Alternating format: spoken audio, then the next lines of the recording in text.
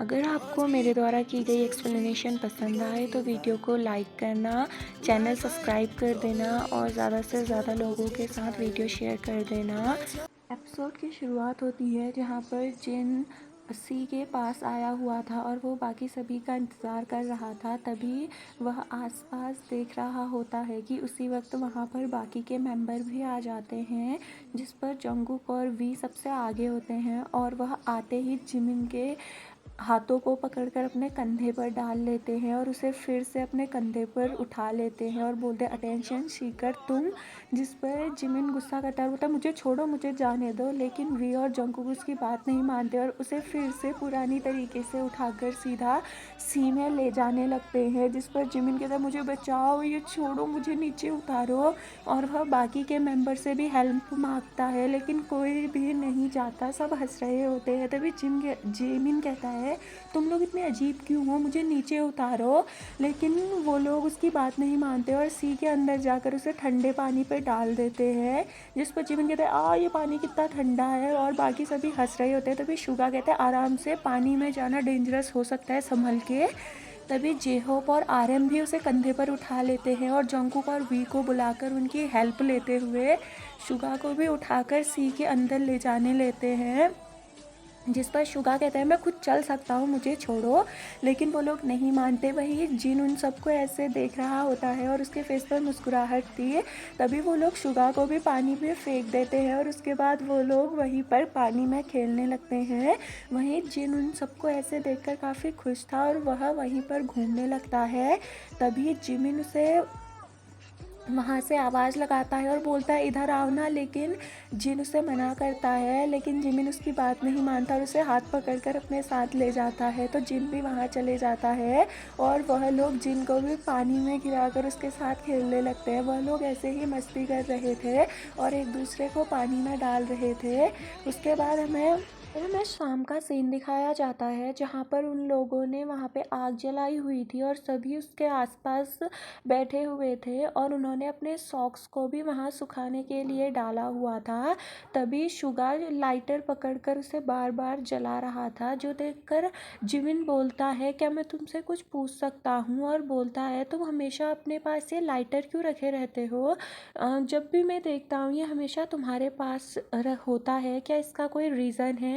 जिस पर वी कहता है हाँ मैं भी जानना चाहता हूँ क्योंकि मैंने तुम्हें कभी भी स्मोक करते हुए नहीं देखा है।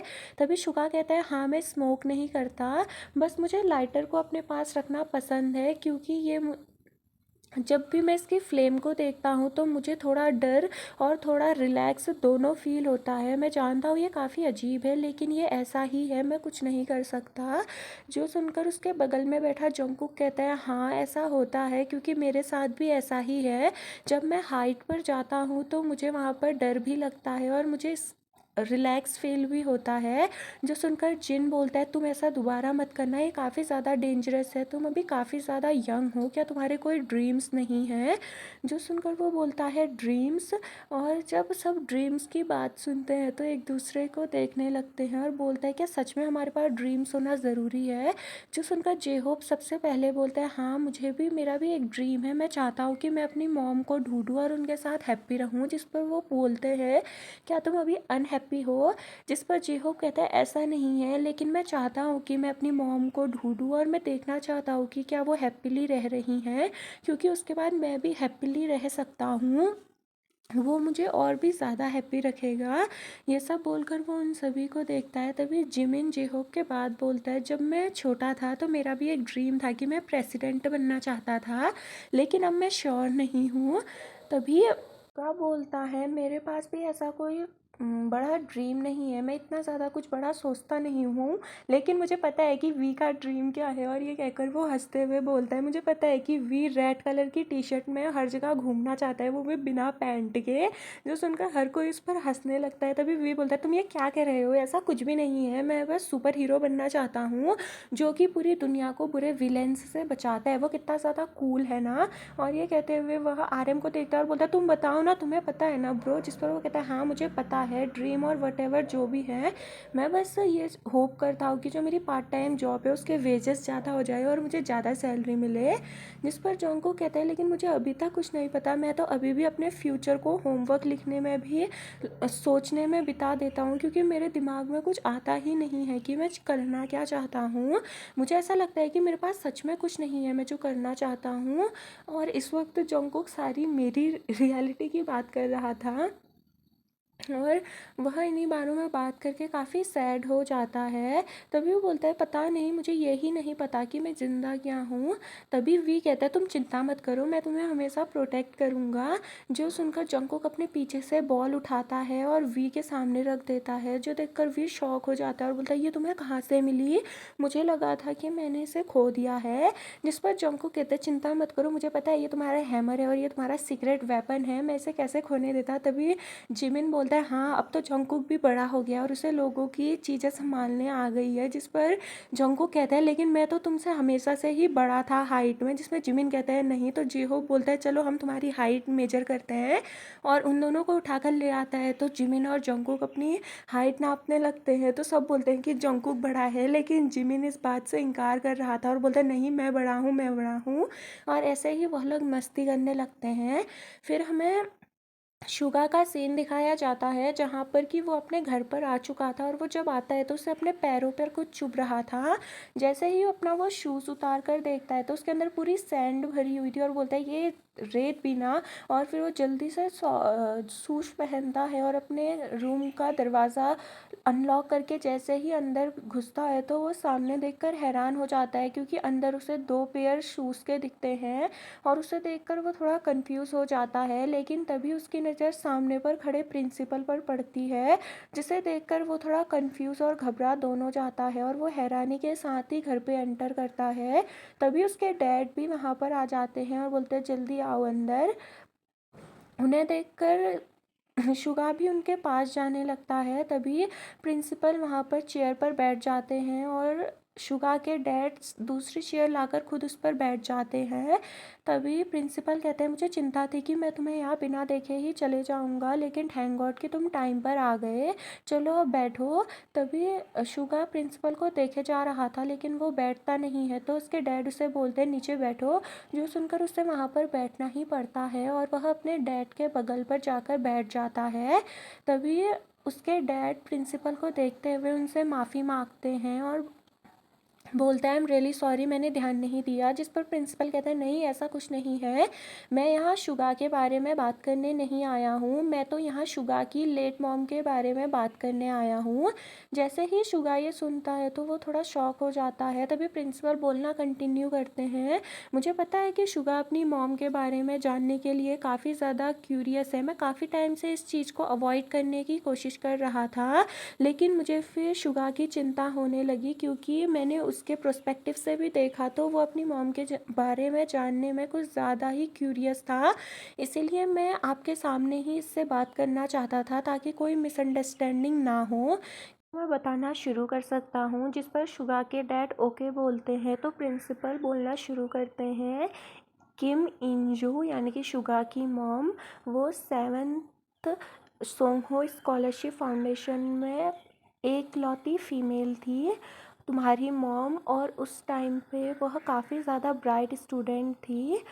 पूरे ग्रुप में सिर्फ एक वही गर्ल थी और बाकी सारे ही बॉयज़ थे। और उस टाइम की चीज़ों को मैं कभी नहीं भूल सकता हूँ, क्योंकि उस टाइम पे बहुत से ऐसे इंसिडेंट हुए थे जो कि मुझे कवर अप करने पड़े थे।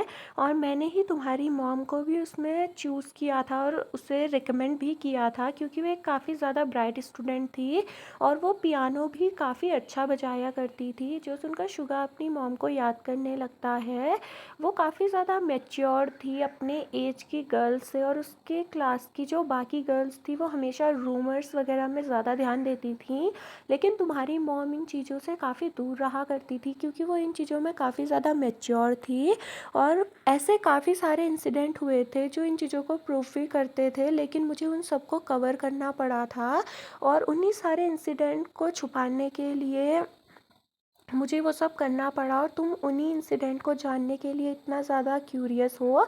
उस टाइम पे कुछ ही फीमेल्स को स्कॉलरशिप स्टूडेंट के लिए सिलेक्ट किया जाता था और तुम्हारी मॉम उनमें से एक थी। और ये कहते हुए एक पॉज लेते हैं और बोलते हैं उस टाइम पे इंजू और चांगजुन इन दोनों के बीच में कुछ इश्यूज आ गए थे जिन्हें मुझे कवर अप करना पड़ा। जो सुनकर शुगा के डैड कहते हैं वो तो असेंबली मैन है ना किम जंग जुन, जिस पर प्रिंसिपल हाँ में जवाब देते हैं और बोलते हैं चांगजुन किम भी 7th स्कॉलरशिप मेंबर में था यूनजो के साथ। और ये नेचुरल है कि जब एक यंग वुमेन और मैन एक साथ होंगे तो वो एक दूसरे के लिए फीलिंग तो ज़रूर कैच करेंगे ही, और ऐसा ही यूनजो के साथ भी हुआ। उसके अंदर चेंगजुन के लिए फीलिंग्स आ गई, लेकिन जब उसने उसे कन्फेस किया तो चेंगजुन ने सीधे ही मना कर दिया क्योंकि वो अपने स्टडीज़ में फोकस करना चाहता था। लेकिन इससे इंजू का हार्ट ब्रेक हो गया और वो काफ़ी ज़्यादा सैड रहने लगी। ये सुनकर फिर से वो अपनी मॉम को याद करने लगता है। तभी प्रिंसिपल बोलते हैं तुम्हारी मॉम का बाकी स्टूडेंट से भी काफ़ी इनअप्रोप्रिएट रिलेशन था और ये चीज़ें मैं अभी मेंशन भी नहीं कर सकता क्योंकि ये काफ़ी ज़्यादा एम्बैरेसिंग है। तभी तुम्हारी मॉम ने झूठे आरोप में चेंगजुन को फंसा दिया कि उसने उनका रेप किया है। उस टाइम पे मैं सेक्रेटरी हुआ करता था और मुझे इन सब चीज़ों को रिसॉल्व करना था क्योंकि ये काफ़ी बड़ी प्रॉब्लम्स थी। जैसे ही शुगा ये सुनता है तो वो शॉक हो जाता है। वहीं उसके डैड अपना सर झुका लेते हैं। फिर प्रिंसिपल बोलना शुरू करते हैं मैं हमेशा ही चाहता था कि वो एक अच्छी लाइफ जिए, अच्छे से शादी हो जाए और एक नाइस लाइफ अपने लिए आगे को बनाए, लेकिन मुझे काफ़ी ज़्यादा रिग्रेट हो रहा था। पर मुझे उन सारे इंसिडेंट को काफ़ी ज़्यादा कवर अप करना पड़ा क्योंकि मैं नहीं चाहता था कि ऐसे उसकी लाइफ बर्बाद हो। और मैं तुमसे भी इन सारे पास्ट को छुपाना चाहता था क्योंकि मैं नहीं चाहता था कि तुम हर्ट हो। और मैं तुम्हारे लिए काफ़ी ज़्यादा फ़िक्रमंद भी था क्योंकि इन सब को जान के हर कोई उदास हो सकता था और मैं नहीं चाहता था कि ये सारी बातें तुम्हें जिन से पता चले। इसलिए मैं हमेशा तुम्हें और जिन को एक दूसरे से अलग करने की कोशिश करता था। लेकिन शायद अब मेरी जजमेंट कुछ ज़्यादा ही गलत होने लगी है क्योंकि मेरी एज होने लगी है। इस पर सुगा के डैड कहते हैं नहीं ऐसा कुछ नहीं है, आई एम रियली सॉरी कि मैं अपने बच्चे पर ध्यान नहीं दे पाया, मैं अपने काम में कुछ ज़्यादा ही बिजी रहने लगा हूँ। जिस पर शुगा प्रिंसिपल को देखने लगता है जो कि वहाँ पर आराम से चाय पी रहे थे और इस वक्त ऐसा लग रहा था उसके दिमाग में काफ़ी कुछ चल रहा है लेकिन वह कुछ बोलता नहीं है। उसके बाद हमें सुबह का सीन दिखाया जाता है जहाँ पर कि हमें ऑर्फेनेज दिखाया जाता है जहाँ पे जेहोप बैठा हुआ था और वो बाकी सभी बच्चों को खेलते हुए देख रहा था। तभी उसके फ़ोन में नोटिफिकेशन आता है जिसे वो चेक करता है तो वो जिमिन का मैसेज था जिसमें उसने लिखा था कि वो यूएस जा रहा है अपने भाई से मिलने के लिए, इसीलिए उसने कल सभी को मिलने के लिए बीच में बुलाया था। सेफ रहना, मैं जब आऊँगा तुम सभी के लिए गिफ्ट लेकर आऊँगा। फिर हमें जिमिन का सीन दिखाया जाता है जहाँ पर कि वो हॉस्पिटल पे था अपनी मॉम के साथ और वो लोग रिसेप्शनिस्ट पे उसकी ही बात कर रहे थे क्योंकि आज जिमिन को हॉस्पिटल में एडमिट होना था अपने आगे के ट्रीटमेंट के लिए। जिस पर उसकी मॉम कहती है तुमने सच में काफ़ी अच्छा डिसीजन लिया, इससे तुम्हारी तबीयत जल्द ही ठीक हो जाएगी।